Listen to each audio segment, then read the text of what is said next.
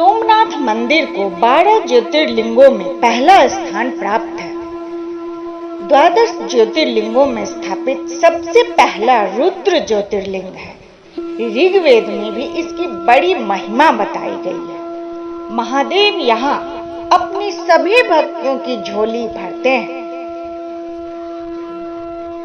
कोई भी बाबा भोलेनाथ के दर से कभी भी खाली नहीं लौटा है या कोई भी व्यक्ति निराश नहीं लौटा है। आइए सुने शिव पुराण से।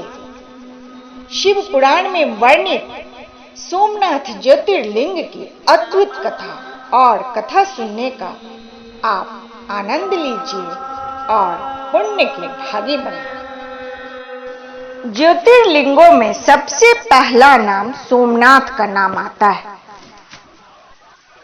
महामना प्रजापति दक्ष ने अपनी अश्विनी आदि 27 कन्याओं का विवाह चंद्रमा के साथ किया था।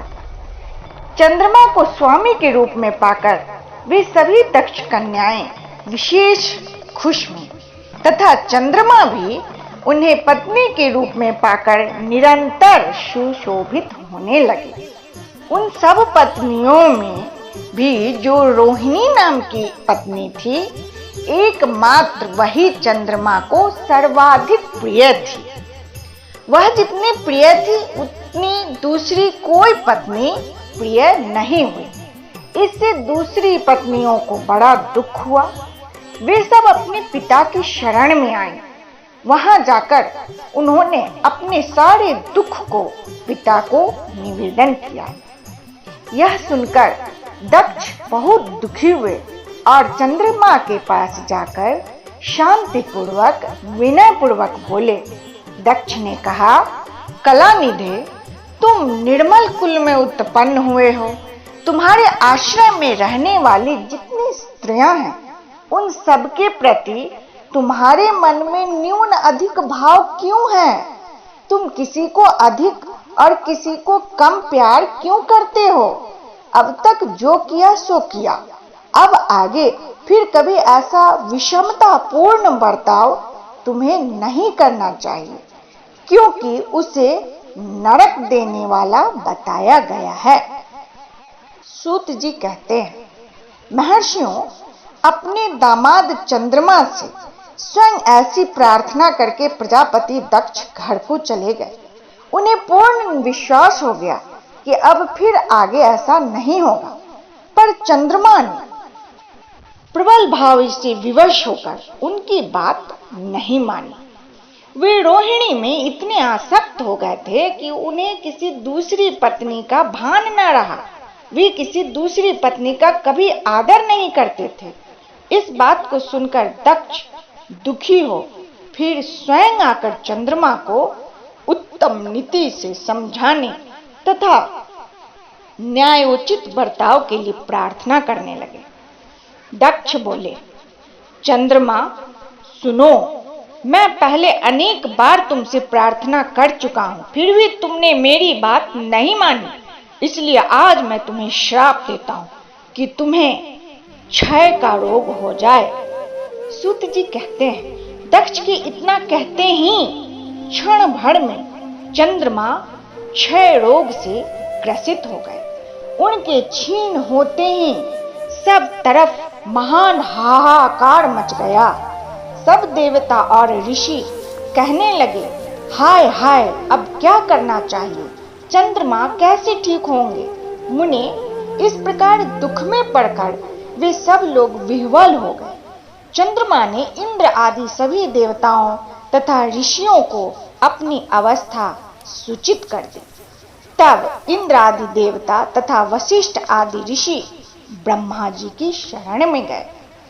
उनकी बात सुनकर ब्रह्मा जी ने कहा, देवताओं, जो हुआ सो हुआ। अब वह निश्चय ही पलट नहीं सकता, बदला नहीं जा सकता। अतः उसके निवारण के लिए मैं तुम्हें एक उत्तम उपाय बताता हूं, आदर पूर्वक सुनो। चंद्रमा देवताओं के साथ प्रभास नामक शुभ क्षेत्र में जाएं और वहां मृत्युंजय मंत्र का विधि पूर्वक अनुष्ठान करते हुए भगवान शिव की आराधना करें। अपने सामने शिवलिंग की स्थापना करके वहां चंद्रदेव नित्य तपस्या करें। इससे प्रसन्न होकर शिव उन्हें क्षय रहित कर देंगे। तब देवताओं तथा ऋषियों के कहने से ब्रह्मा जी की आज्ञा के अनुसार चंद्रमा ने वहां 6 महीने तक निरंतर तपस्या की। मृत्युंजय मंत्र से भगवान शिव का पूजन किया। 10 करोड़ मंत्र का जप और मृत्युंजय का ध्यान करते हुए चंद्रमा वहां स्थिर चित्त होकर लगातार खड़े रहे। उन्हें तपस्या करते देख भक्त वत्सल भगवान शंकर प्रसन्न हो गए और उनके सामने प्रकट हुए और उन्होंने चंद्रमा से कहा, चंद्रदेव, तुम्हारा कल्याण हो। तुम्हारे मन में जो भी अभिष्ट हो वह वर मांगो। मैं प्रसन्न हूं, तुम्हें संपूर्ण उत्तम वर प्रदान करूंगा। चंद्रमा बोले, देवेश्वर, यदि आप प्रसन्न हैं तो मेरे लिए क्या असाध्य हो सकता है। तथापि हे प्रभु, हे शिव, आप मेरे शरीर के इस क्षय रोग का निवारण कीजिए। मुझसे जो अपराध बन गया हो उसे क्षमा कीजिए। मैं आपकी शरण में। शिव जी ने कहा, चंद्रदेव, एक पक्ष में प्रतिदिन तुम्हारी कला क्षीण होगी और दूसरे पक्ष में फिर वह निरंतर बढ़ती रहेगी। तदनंतर चंद्रमा ने भक्ति भाव से भगवान शंकर की स्तुति की। इससे पहले निराकार होते हुए भी वे भगवान शिव फिर साकार हो गए। देवताओं पर प्रसन्न हो उस क्षेत्र के महात्म्य को बढ़ाने तथा चंद्रमा के यश का विस्तार करने के लिए भगवान शिव, भगवान शंकर, भगवान भोलेनाथ उन्हीं के नाम पर वहां सोमेश्वर कहलाए और सोमनाथ के नाम से तीनों लोकों में विख्यात हुए।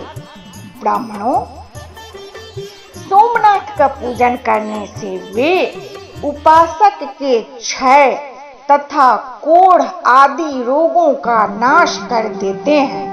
ये चंद्रमा धन्य हैं, कृत्य हैं, जिनके नाम से तीनों लोकों के स्वामी साक्षात भगवान शंकर भूतल को पवित्र करते हुए प्रभास क्षेत्र में विद्यमान है।